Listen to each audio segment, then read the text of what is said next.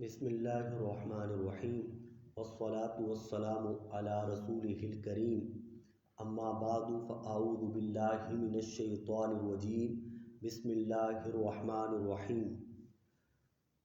آج ہم وصیت کے بارے میں گفتگو کریں گے۔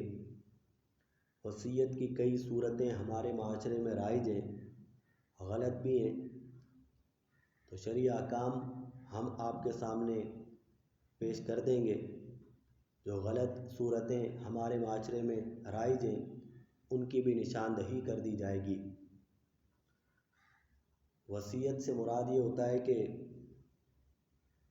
کوئی شخص لکھوا جائے یا کسی کو کہہ جائے گواہوں کی موجودگی میں یا ویسے ہی کہ میرے مرنے کے بعد میرے مال کے ساتھ یہ معاملہ کیا جائے، یہ وصیت کہلاتی ہے۔ یاد رکھیے، وصیت صرف اور صرف تہائی مال میں جاری ہوگی، یعنی کسی شے کے 3 حصے کیے جائیں تو تیسرا حصہ تہائی مال کہلاتا ہے۔ جیسے 3 لاکھ کا 1 لاکھ تہائی ہے، لہذا تہائی مال میں وصیت کر سکتا ہے، اس سے زیادہ وصیت کی اجازت نہیں ہے۔ کیونکہ صحابی رسول ہیں حضرت سعد بن ابی وقاص، یہ عشرہ مبشرہ میں سے بیمار ہو گئے، نبی مکرم صلی اللہ علیہ وآلہ وسلم ان کی عیادت کے لیے ان کے گھر تشریف لے گئے۔ آقا ہیں، گھر تشریف لے گئے۔ سعد بن ابی وقاص رضی اللہ عنہ نے عرض کی، میرا ایک ہی بیٹا ہے اور اللہ تعالیٰ نے مجھے مال سے نوازا ہے، میں چاہتا ہوں کہ میرا 2/3 مال اللہ کی راہ میں ہو۔ نبی مکرم صلی اللہ علیہ وسلم نے فرمایا نہیں۔ انہوں نے عرض کی 1/3، بلکہ پہلے کہا کہ آدھا۔ نبی مکرم صلی اللہ علیہ وسلم نے فرمایا نہیں۔ پھر انہوں نے کہا کہ 1/3، تو نبی مکرم صلی اللہ علیہ وآلہ وسلم نے فرمایا کہ الثلث کثیر، تہائی بھی بہت ہے۔ اس سے علماء نے مسئلہ اخذ کیا کہ آپ نے فرمایا کہ تہائی بھی بہت ہے، تو تہائی تک کی تو اجازت مرحمت فرمائی، کہا یہ بھی بہت ہے تو اس سے زیادہ کی اجازت نہیں ہے، لہذا 1/3 مال کی تو وصیت کر سکتا ہے، اس سے زیادہ میں وصیت جاری نہیں ہوگی۔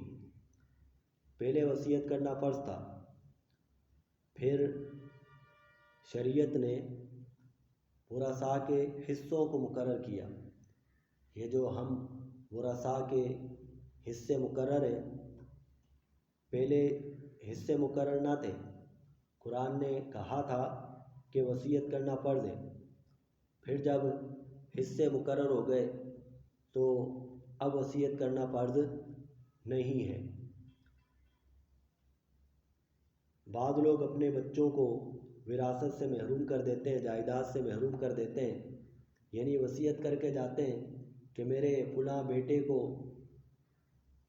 میری وراثت سے، میری جائیداد سے کچھ نہ ملے، میں نے اسے عاق کیا۔ تو دیکھیے شرعاً اس کی اجازت ہے ہی نہیں، اور یہ نافذ ہوگی۔ اگر کوئی شخص مرنے سے پہلے اپنے کسی بیٹے کو یا بیٹی کو یہ وصیت کر کے جاتا ہے کہ فلاں بیٹا یا بیٹی میری وراثت سے محروم ہے، تو یہ وصیت قابل قبول نہیں ہوگی، کیونکہ ورثاء کے حصے شریعت مطہرہ نے مقرر کر دیے ہیں، لہذا انہیں اپنے حصے کے مطابق پیسہ دیا جائے گا۔ بعض لوگ وصیت کر دیتے ہیں، پھر اس کے بعد سوچتے ہیں کہ میں وصیت کو تبدیل کر دوں، تو کر سکتے ہیں یا نہیں؟ تو اس کا جواب یہ ہے کہ جی ہاں، کر سکتے ہیں۔ وصیت کو ختم بھی کر سکتے ہیں، تبدیل بھی کر سکتے ہیں۔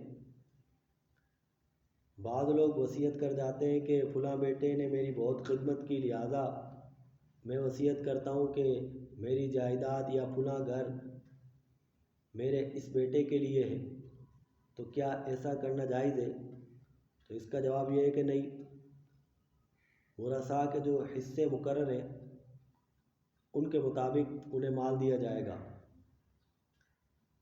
جہاں تک تعلق ہے ایک بیٹے کے لیے زیادہ مال کی وصیت کر جانا،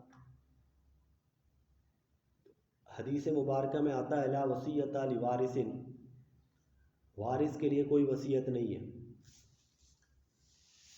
تو یہ تھے وصیت کے کچھ احکامات۔ اب اگر کوئی سوال کرنا چاہیں تو آپ کر سکتے ہیں۔